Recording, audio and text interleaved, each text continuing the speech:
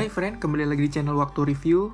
Dan ini adalah Seiko Flightmaster SNA 411P1. Jam ini sebenarnya bukan jam rilisan yang baru, tapi saya ngerasa jam ini lumayan worth it buat di-review. Jam chronograph quartz dengan menggunakan kaliber 7T62 dari Seiko. Desain jam ini memang unik, sibuk banget. Rotating bezel di luar, itu sibuk, bahkan nyampe ke dalam-dalamnya juga sibuk, dengan berbagai angka dan juga tulisan yang katanya didesain buat pilot ataupun engineer. Nah, nanti akan kita sedikit bahas.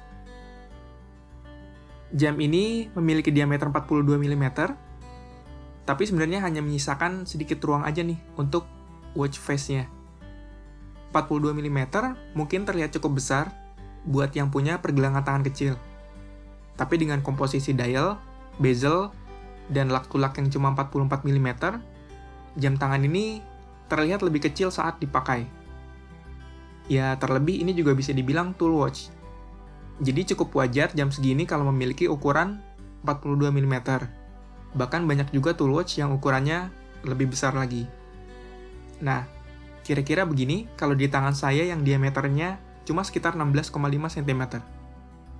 Jam ini tebalnya 13 mm, dengan lebar lak 21 mm. Lebar lak yang bisa dibilang agak aneh, karena umumnya lebar ini berangka genap, misalnya 20 mm atau 22 mm. Jadi mungkin agak kesulitan kalau mau cari yang benar-benar pas 21 mm. Tapi ya, kalian bisa pakai strap yang ukurannya 20 mm atau 22 mm. Tapi ya lebih baik konsultasi dulu ke seller yang jual strapnya. Minusnya lagi, di sini ini jarak dari case ke spring bar-nya itu deket banget. Jadi kalau misalkan kalian yang suka gonta-ganti NATO, yang biasanya kalau udah kepasang spring bar-nya, itu kalau untuk gonta-ganti NATO atau Zulu itu gampang, nggak perlu cabut pasang spring bar. Kali ini ya kalian perlu cabut pasang dulu kalau mau gonta-ganti strap NATO atau strap Zulu. Nah, casing jam ini menggunakan stainless steel dengan kacanya menggunakan Hardlex kristal, khas dari Seiko, yang sayangnya belum safir.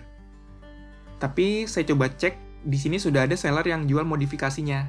Jadi kalau kalian yang mau upgrade ke safir, itu sudah bisa.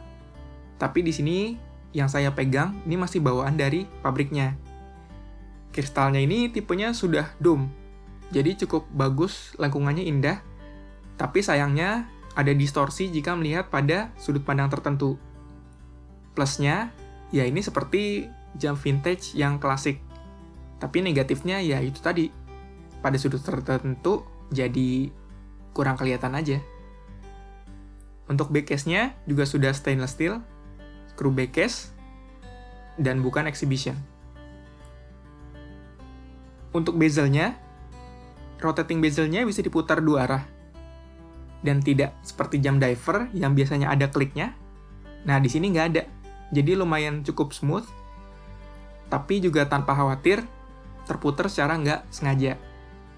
Karena memang di sini fungsinya memang berbeda antara jam ini dan jam diver pada umumnya. Nah, rotating bezelnya memang sibuk banget di sini. Sampai ke dalam-dalamnya juga sibuk. Di sini ini sibuk karena mengandung slide rule untuk membantu melakukan berbagai perhitungan. Jadi dengan jam ini kita bisa melakukan perkalian, pembagian, perhitungan konsumsi bahan bakar, konversi unit, dan juga banyak lagi. Jadi ya jam ini memang sibuk banget, bener. Tapi bukan yang nggak ada gunanya.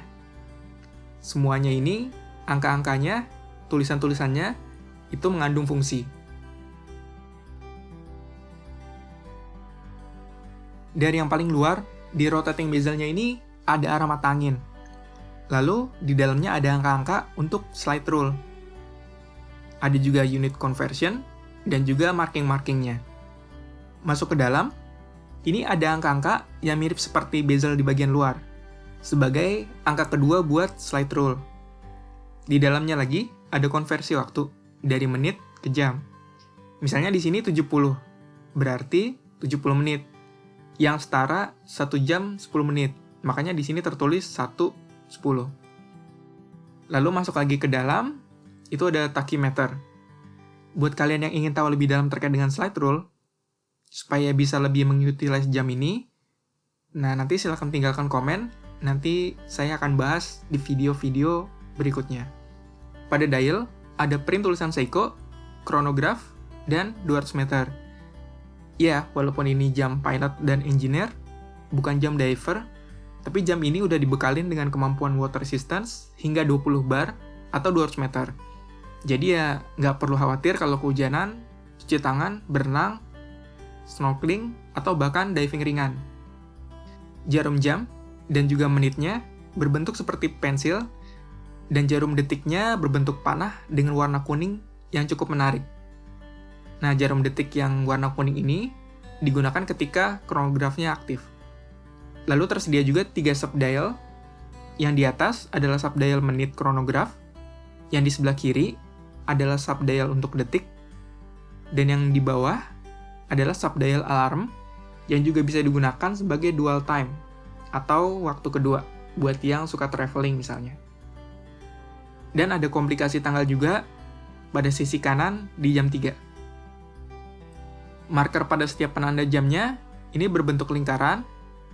Marker ada di setiap jam kecuali di 12, 3, 6, dan 9. Untuk lumnya sebenarnya udah cukup terang dan berada di setiap penanda jam. Ada juga di jarum jam, menit, dan juga jarum detik chronograph.